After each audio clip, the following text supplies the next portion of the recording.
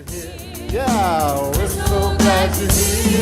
Oh, we're so glad to be together in unity. I can remember when the leaves were turning green. Yeah. And now they're not. There's something else, right? Well, you're here on a very special Sunday because it's Communion Sunday. Yes, and if you've ever had communion in a more traditional setting, this is a little bit different. We're going to do it unity style and explain the meaning behind it a little bit this morning. But Wait a minute. We have breaking news. We want to interrupt this Sunday lesson to bring you this weather update. It's a weather update. You ready? It's the emotional, mental, and spiritual weather report. The strong north winds are blowing. How many understand what the north winds are? When the north wind blows, it's cold, it's harsh, it's wintertime. What do you do when that happens? How many know that in the scriptures it says, stand still and see? Stand still and see. How many know that slow is the new fast? Say with me, slow is the new fast. Is the new fast. Because the faster you go, the harder things get. Right? So,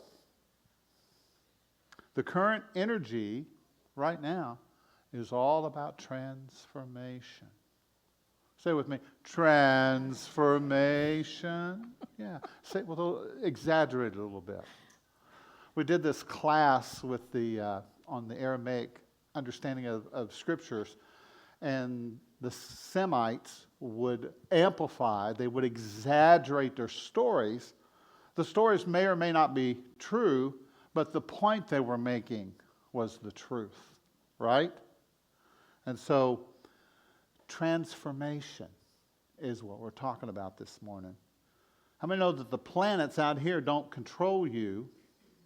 The world out here doesn't control you. People out here don't control you. Nobody controls you, right? How many know who's in charge of you? How many don't want to volunteer? There's always somebody that wants to volunteer to help you out, right? So, this month, I was reading about this, and I thought, this would be interesting to discuss, since we're going to talk about communion. This has absolutely nothing to do with communion. Did you get that? But this month, something on the 19th is happening that hasn't happened for 248 years. Right? It happens every 248 years. Since 1777. How many know what happened in 1777? Anybody live at that time? Wasn't here. Okay, just checking. Well, Pluto is entering Aquarius. So you understand now, right? French Revolution and all that, right? Well, Pluto was the Roman god of the underworld. The Roman god of the underworld. And represents what's going on behind the scenes. How many understand there's always something behind the scenes?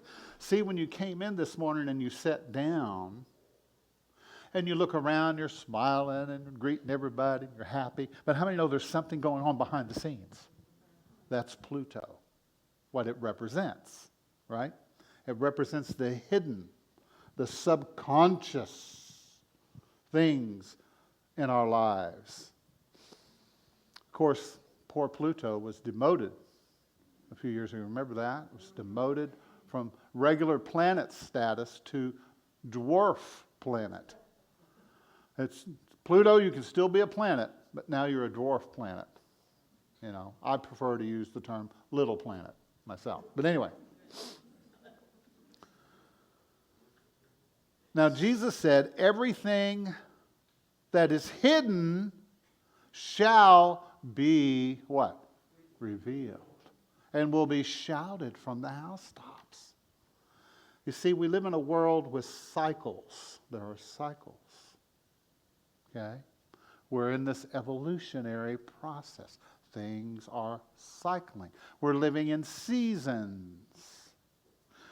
Some people are living in the end times, and some folks are living in the new times.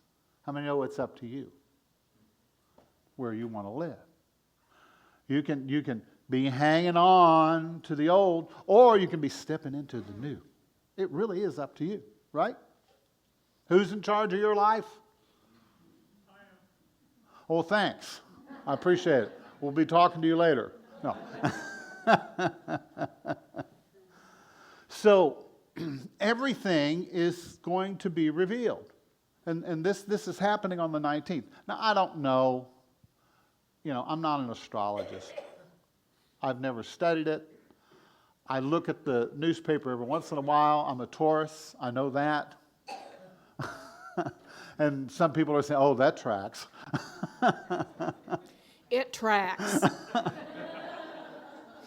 So, but everything, that's inside is going to be shared outside. And I had this happen to me years ago. I developed something called leaky gut. Do you ever have leaky gut? It doesn't feel good. And what it is where the lining in the intestines gets kind of thin. And you might say, that's TMI, James. Too much information. Well, let me tell you what happened. Because of that, I had things that started showing up on the outside of my body that was reflecting back to me what was happening on the inside. How many understand what this world is for? It is symbolic. When you look out there, it's reflecting back to you what's going on where? In here. Say with me. Oh. Aha. All right? So I had to work on sealing and healing that part of my gut. And once I did that, and I started feeling better in here, then the outside started clearing up. Isn't that amazing? As I did the work on the inside, how many know that's where the real work is always done? What is the work of forgiveness? The work of peace, making peace with what is in your life. Right? And as you do that, the word Aquarius is this idea of new beginnings, collaboration. It represents the gifts of truth. How many know the truth will do what? Make you free, but first it'll make you mad. Right? That was a nice way to say it. That's not really what the bumper sticker says. But anyway. So, Aquarius is the outpouring of water. It is the outpouring of the Spirit. It is the outpouring of inspiration. How many know we need to set ourselves up for inspiration? Right? We need to be open to inspiration. And here we have named November the month of gratitude.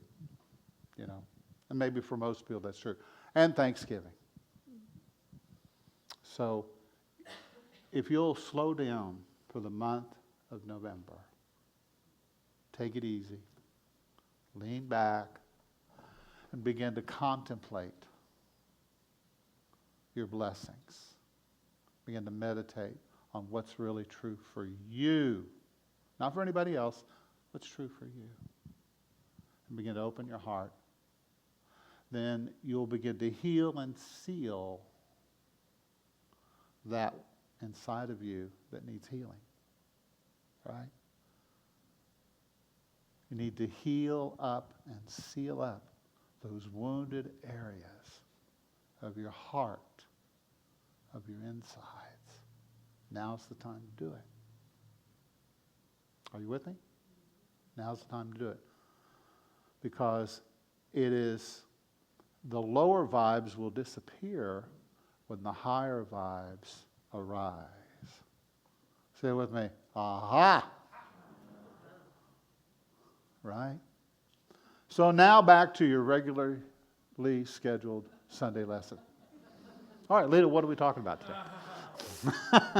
I believe I was saying that you were here on a very special Sunday because we're going to be doing communion, and you'll get an opportunity to experience that in unity style as we go through and explain some of the beautiful symbology behind it. And we start with the scripture in Matthew that says, while they were eating, so you understand that this was taking place their last time together before Jesus was going to be arrested. And while they were eating, Jesus took some bread and thanked God for it and broke it. Then he gave it to his followers and said, "Take this bread and eat it. This is my body." Huh? We'll talk about that. Then Jesus took a cup and thanked God for it and gave it to the followers. And of course said, "This is my blood." Huh? We're going to talk about that. And he told them to do this in remembrance of me. Yeah. So the ancient ritual of drinking wine and eating bread can be a beautiful way to remember our divine connection. It's all about divine connection, especially when we approach it in a conscious and attentive way. See, the ceremony of communion is beautiful if you're contemplative with it and you're really aware of what the ritual is about, and you don't just do it out of some, oh, this is the time of the year where we do communion, yada, yada, yada, right? But you really absorb the experience. The broken body of God is the idea of the belief in separation. The body of God being broken, the body of Jesus being broken. Humanity has bought into this false belief, lock, stock, and barrel. And Jesus' mission was to heal that division so that we could remember our wholeness. We are one with each other. There is no separation between me and you, between us and God. We are all one. Isn't that beautiful? And isn't it difficult to buy into sometimes? Right? We have to really put our focus and our attention on that to make it real in our lives and to live from that place. But this beautiful symbology helping us remember our wholeness, our love, and our oneness, it puts it all back together. And it's the opposite of when we dismember something, right? We're pulling it all together. Yeah. The opposite of separation. And how many can understand that if we look with our physical eyes right now, there appears to be, in this physical realm, a lot of separation. But if you look beyond that onto the spiritual plane, you see that there's no separation at all. That we're all connected in one beautiful, energetic field of love, joy, bliss, all of that wonderful stuff. I've had the experience from time to time where I was in meetings, where suddenly the physical just disappeared. And all I could sense and feel and see, even with my eyes, I could see was just this beautiful flow of almost like water, this beautiful light, and that we were all this light. Yeah. We're all in this together. We're all part of the same energy. We come from the same source. We live out, we express from that same one power and one presence. Yeah. So to remember is the idea of putting it all back together to get her. Together. That's how you spell together. To get her. Well, who's the her I need to get? In Proverbs it says that she is Sophia, wisdom. Mm-hmm. What does wisdom do? Wisdom will bring you back to wholeness. Wholeness. How many of your feelings will change? They will go up and then they will go down and then they'll go back up again and then they'll go kind of sort of down and then back up and then a little bit up and a little, you know what I mean? That's the emotional waves. So how do we become more centered and balanced with our energy? You know, by learning how to just be with whatever is in the moment. Mm-hmm. Realizing that it is what it is for now, but it changes and it will constantly change. And if it is the way it is, there's a reason for it. There are no accidents. Now, some people believe in accidents. I don't believe in accidents. Everything happens for a reason. Behind every cause, there is a root. Right? It's like if you have a tree and you've got fruit on the tree, the reason you have the fruit is because you have the root. The root determines the fruit. So it's learning that we are not broken individuals. The body of God is humanity. We're all part of the body of God, right? Mm-hmm. We're all part of God's body. Let's say it together. All of us. All of us. We're all part of the oneness. We're all part of the body of God. And it is just our mind that says we are separate. Mm-hmm. And those people over there, they're evil. They're wrong. They're not good like me. I know more than they know. I'm stronger, better looking, everything. All right. So last week. Hey, I was getting into that. Yeah, I know. Last week we were talking about what our mission is. And do you remember what our mission is? To share. Does anyone remember what our mission is? To be a haven of peace, right? It's a tough crowd, isn't it? It is, to be a haven of peace. And we're a haven of peace. Thank you for sharing. You're welcome. We're a haven, believe me, it doesn't bother me. It happens all the time. We're a haven of peace. See, you learn. She's learned a lot. Because... That's why I'm here. Because we teach and practice our oneness. It's not about separation and division. It's about oneness. And I want to encourage you that, whatever guru or sage or spiritual teacher that you're giving your ear to, that you're listening to, if they are coming from the mind of God, they're going to be teaching ideas of realizing the whole body of God. They're going to be teaching wholeness, unification, oneness, right? And not division and separation. That's an important truth to know and understand. Yeah? Yeah, but see, our group is more spiritual than all those other groups. You know what a cult is, right? It's that church down the street that doesn't believe like we do. You got it? So, one of the things that we try to do each Sunday is create a spiritual meal for you. Right? We start out with a little bit of an appetizer, the salad, and then we try to get into the main course, and at the end, we try to tidy it all up with a nice little dessert so you leave feeling fully fed and nourished for the week. And by feeding the words of life or delicious spiritual food, we're like chefs, right? We're preparing the healthy meal of mixing all of these herbs and spices together to present something that's tasty and something that's good for you. It's good for your inner well-being, right? And we know how to mix a good drink, too.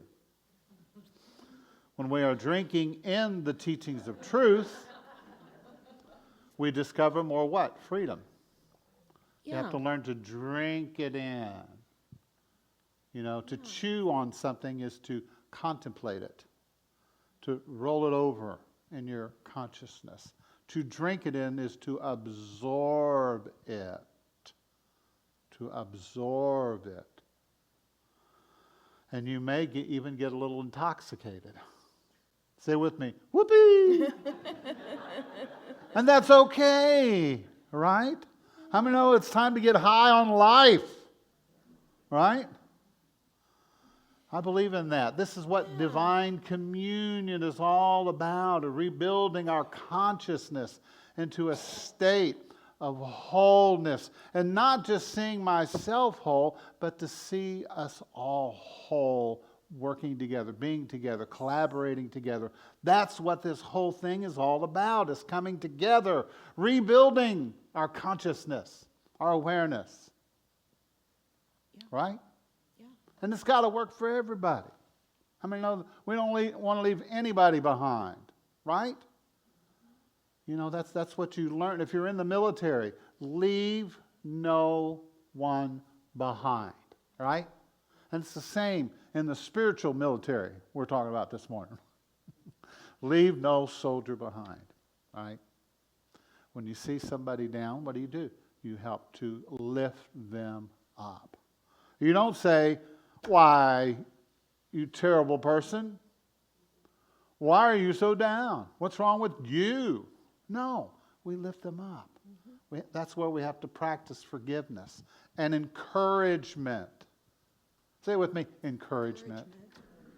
Do you ever need to be encouraged? Yeah.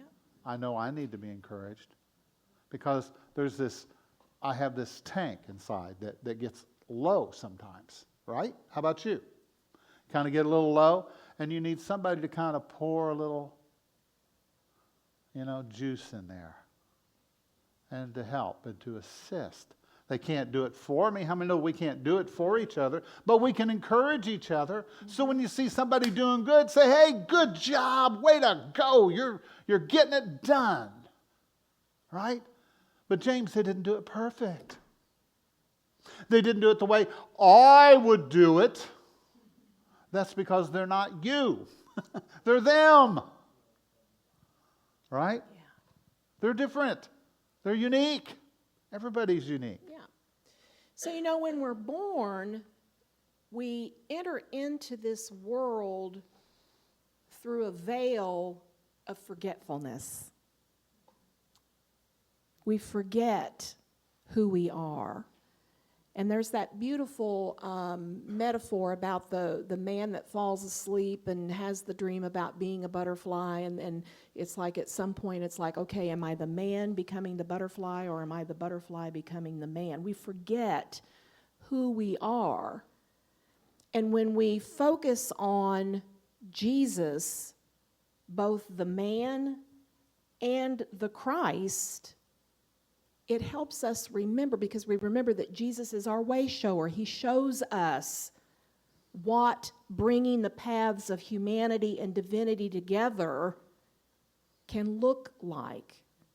And so when we partake of communion and we have this divine communion, we remember, oh yeah, what he did, what he accomplished, what he set out to show the way for what we can do. And he reminds us of that divine nature, the divine nature that we are, the divine nature of joy, peace, and love.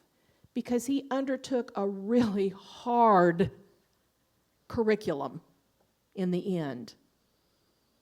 Right? Yeah. But he remained in that divine nature of joy, love, and peace, even offering forgiveness in the midst of being in horrible pain on a cross. Yeah. Right? He said, Father, divine source, forgive them. They don't know what they're doing. They don't understand. Mm-hmm. They don't understand. Because if people really knew who you were, they would treat you with the utmost respect. And they would love you and adore you. And if you knew who others truly Exactly. were, you would treat them with But you got to know it for yourself first. Well, that's true. You got to know Many it for times. yourself first, yeah. But that's why it's so important for us to feed on messages of truth and life and positivity and light, right? We have to keep these tanks full, because I don't know about you, but I have discovered that if I put it to the side for too long, it gets low really quick. We have to constantly be refilling our tank with good, encouraging teachings and words of life. Otherwise, the humanity part of things can move in really quick and overtake, right? It's that balancing act. It's that balancing act of being both human and spiritual beings at the same time. You know, years ago, we lived in a particular house out in the country, and we had a propane tank. And you know what I discovered about a propane tank? You have to keep filling it up. Yes. You do. Yeah. Now, here's the thing. But see, James, I get so busy, I don't have time. I just don't want to think about that right now because I'm too busy living my life and doing things and going here and going there. But you know what? If I don't pick up the phone and call these people and make sure they come out to fill up the tank, It won't happen. that's right, I'm going to run out. And then I'm not going to have my heating. Yeah. Then I'm not going to have the warmth and the love, and then, you know what I mean? And then the experience with others in my life. So that's the way it is spiritually. We've got to fill the tank. Yeah. We can do it for ourselves. We can. And you have to learn how to do that, to fill your own tank. How many remember a time when there was such a thing called full-service gas stations? Yeah. They, Yeah. now, so for some of you folks that have never experienced this, there would be a guy or a gal or somebody that would come to your car, and you'd roll down the window and you'd say, "Fill her up." And they go, "Yes, yes, sir, yes, sir." And they'd fill it up. And they say, "Hey, you need your tires, the air in your tires checked?" "Yeah, could you check that right front one there? I think it's a little low." "All right, I'll check that for you." And then they'd get it, the right air, you know, and then, "Hey, how about your oil?" "Oh, I haven't checked my oil." "Could you check my oil? And while you're at it, could you look at the radiator and make sure that there's plenty?" You know what I mean? It was full service. And if I needed oil, they would actually put it in the car. And you know what I did? I just sat there and watched. That's pretty cool, right? But then I remember the day in our little town that we lived in Indiana, where self-service stations came to town. And theirs was a little cheaper, right? So it's like, should I get the cheaper gas or should I go back to the full service? Well, we all know what happened, right? So you can take care of yourself, but it's nice having a full service community like we have here, Yeah. where we can help take care of each other. Yeah. Sometimes you need to cry. Sometimes you need to weep. Sometimes you need to grieve. And if you have somebody who's there who can facilitate that and just allow you to be in that space. Because it's when you let yourself grieve, when you allow yourself to just be in that state for a little while, it's emotion, energy in motion. It can go through you. And you can release it through the tears and through the feelings instead of holding it in, which is what we do so many times. Yeah, it's really, one of the things that we practitioners and people in New Thought can sometimes do is we can move too much into our head. And we can forget about the heart and the emotions. And that's really, that emotional area is really where we have an experience with the divine, right? We have an experience. So let partaking of communion be something in that realm of the heart and an emotional, divine connection, rather than it just coming from a head space. You know, one of the things that Jesus brought forth was a new covenant. He said, I'm making a new covenant with you, a new agreement with humanity. Now, see, one of the things that got Jesus into a lot of trouble with the religious people of the time is that he had the nerve to not only present his words to the Jews, but to the Gentiles. Not that. He made his words applicable to everyone. And see, the Sadducees and the Pharisees had a real problem with that. The heads of the religious sects at the time had a real issue with that. That got him into a lot of trouble. They thought he was coming to bring about an army to overtake. No. He was bringing Jews and Gentiles, all people together in an energy of love, in an energy of compassion. And he said, this is how I will overcome. I'm going to show you the extent that love will go to. And when they feed me vinegar and they put a spear in my side and they do all of these things that is purported in the story of the crucifixion, he went through all of that saying, I love you. You can do all of this to this physical body, but I still love you. And people today, you may have people in your life who are throwing spears, darts at you. You may feel like a pincushion sometimes, a target. Well, once you realize that it's never about you, if somebody's judging you, if somebody's pointing their finger at you, if somebody's upset, it's about them. Because they're the source of it, right? So it has nothing to do with you. Doesn't that feel good? Yeah. Let's take a breath. So as we get ready to move into our meditation, into our communion time and meditation, there's some wonderful words that Rumi has to say. Let's get our hearts open and ready for this lovely ritual that we're going to get ready to do. There is a voice that doesn't use words. Listen. Becky. The quieter you become, the more you're able to hear.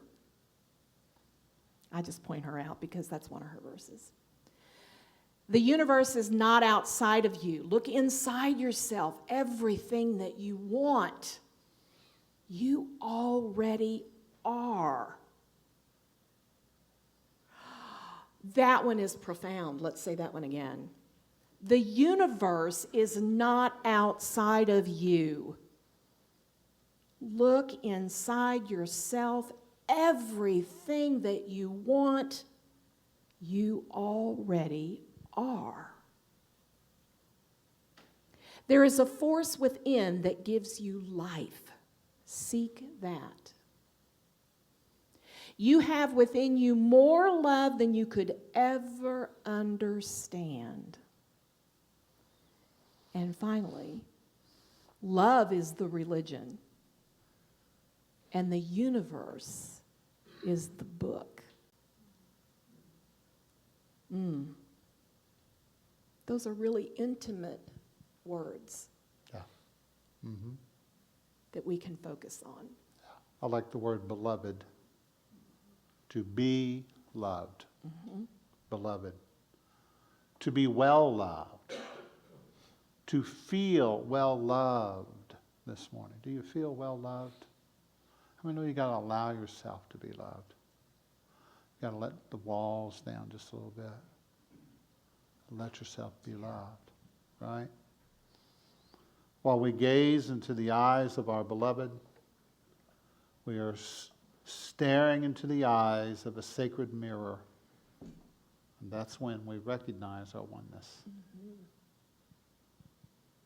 I was at a retreat one time where we all were seated in a circle, and we would all take turns of gazing into each other's eyes for a period of time. Now, for a lot of people, that's hard to do. It's very intimate.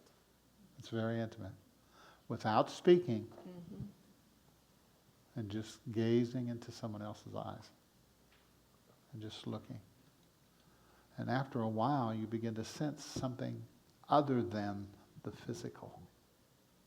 And you begin to connect with the spiritual essence of who they are and who you are. And you begin to sense and feel that oneness. And you start to rediscover your wholeness and your connection with all of life. Right? I mean, know that we have to renew our connection. We have to renew our connection with each other. You know? And let me just say that eating crackers or eating bread, you can eat bread and drink juice every day of the week, and it's not going to change you. It's what those things represent and symbolize to you. If you allow them to represent contemplation, meditation, inner healing, then that's what you can experience and gain from it and rediscover your wholeness. And any ritual can do that. Every Sunday we gather together. It's a ritual. You know, we all, and it's amazing. We look around the room and many of you sit in the same seat every time you come. Right? I remember one time I walked into a church and I was a young kid and I sat in this seat. And all of a sudden this lady came in. And she was actually the Sunday school teacher. And she kept walking around just kind of huffing, you know. What's going on? And then somebody else came over to me and said, young man, you're sitting in Sister Combs' seat. And she cannot get blessed unless she sits in that seat. Oh, I didn't know. Right? True story. So if you want to, we're gonna do this. We're gonna get ready to do, and I'm gonna ask the ushers to get ready to help us out. Use this as a way to go within. As a way to go within. And as you are partaking of the bread, you see the separate. Okay, we feel separated from each other. But then as you absorb it into your body, it goes back to feed and to take care and to nourish. That's what bread does, right? And then the juice. The juice is blood, the blood of the grapes, okay? It's joy. I mean, we need joy. Joy is the fuel of life. So I'm going to ask the ushers to go ahead and pass out the symbols.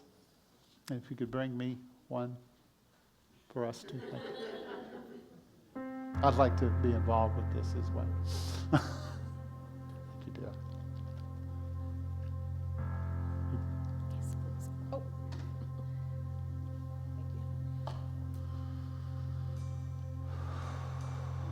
And so let's just breathe together.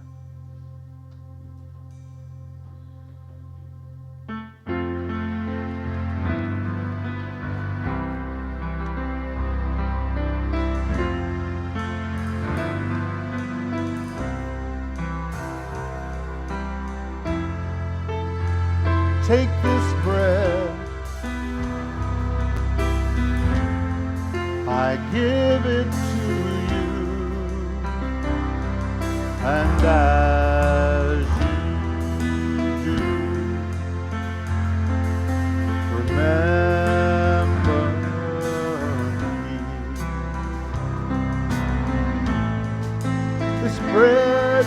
my body, broken for you. So take it, eat it, and each time you do, remember me. Remember me.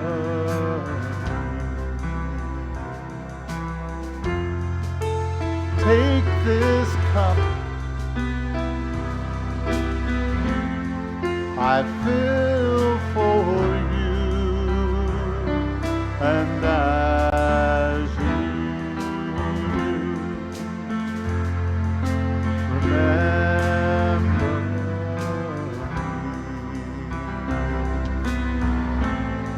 This cup is a new covenant I'm making with you. So take it,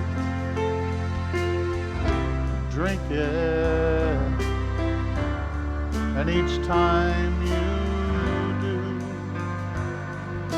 remember.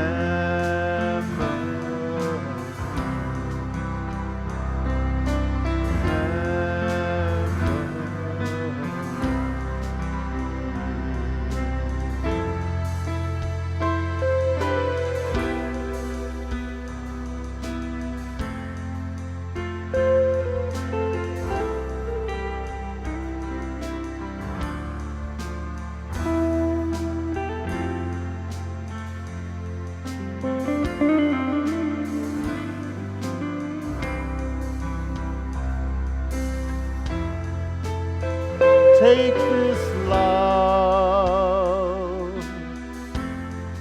I give to you, and as you do, remember, remember.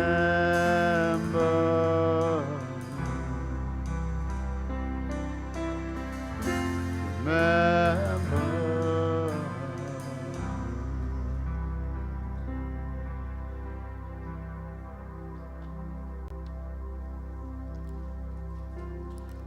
Go ahead and take apart the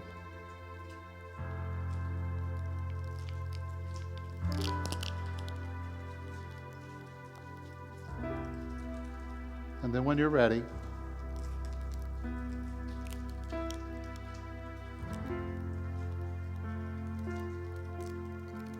partake of the bread.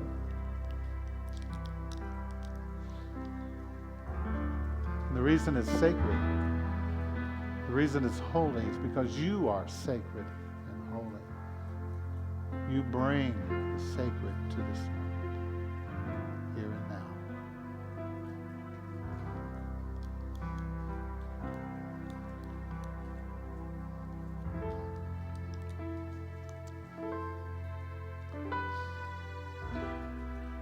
And so when you're finished, I invite you to just sit in the stillness for a moment and to consider your life. Consider what you've been feeding upon, what you've been taking in. Maybe take a moment to consider your blessings.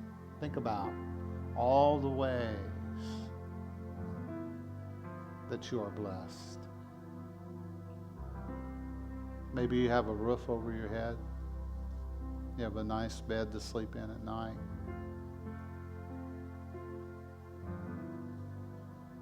You have a clean house. You have a yard or a park that you can go to. Or you can come here and walk on the property. You have food to eat. Showers, baths. Yeah. You can go outside and walk around the neighborhood. And just notice what's going on. Feel the air upon your face. Notice the changing of the seasons. You might begin to think, oh, there are so many changes right now in my life. Well, change comes to all of us. We're all being born anew and fresh each and every moment. Brand new. The me that I am now is not the same me from last year. I'm different. I'm changed. In fact, I'm a little different than I was when I walked into this room. Because I'm open. I open myself up now to the good. The good for me and the good for all.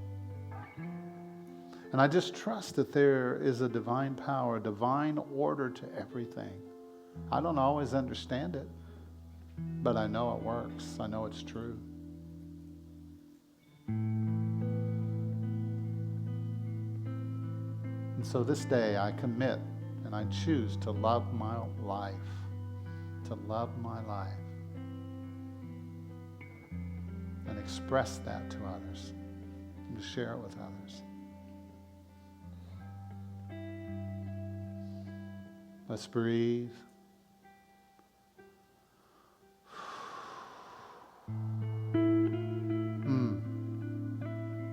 The sacred breath. The energy of life that fills your lungs. You can feed on that for a while.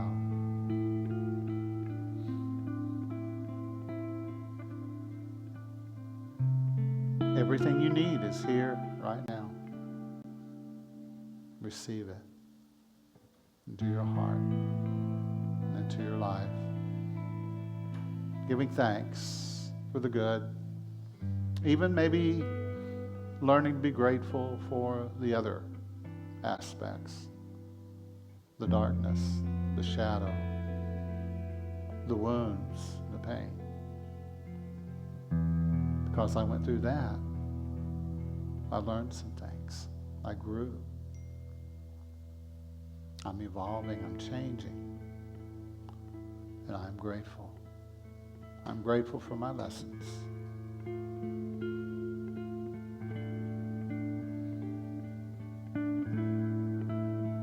So this morning, if you know of someone that you'd like to hold in this time of prayer, I invite you to bring them into this moment.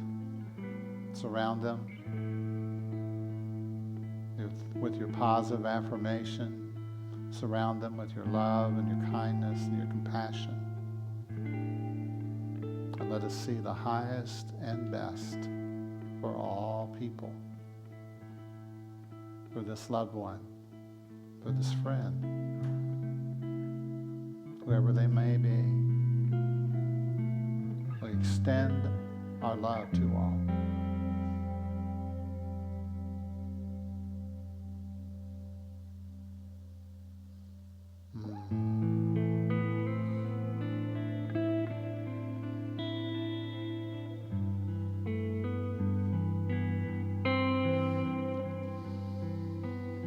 So for just a moment, I'd like to leave you in this place to contemplate and just be for just a few moments.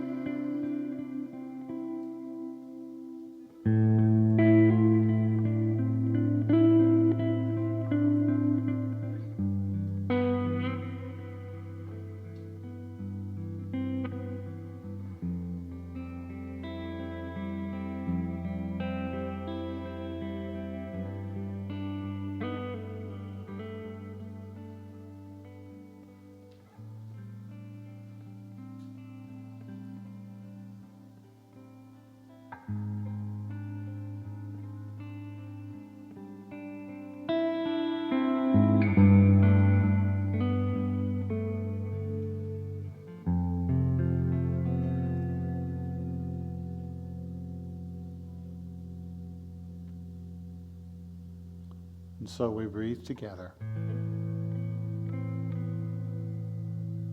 as one community with a heart wide open, knowing that communion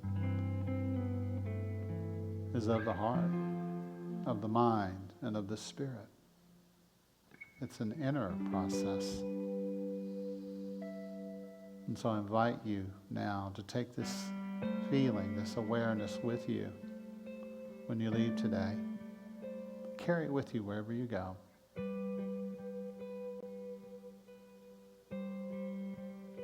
Feeding upon the words of life and light and love and peace. It's good for you. And so now we say, thank you, God. In the name of the Christ presence, in the name of the sacred, the holy, and the good. Amen. And so it is.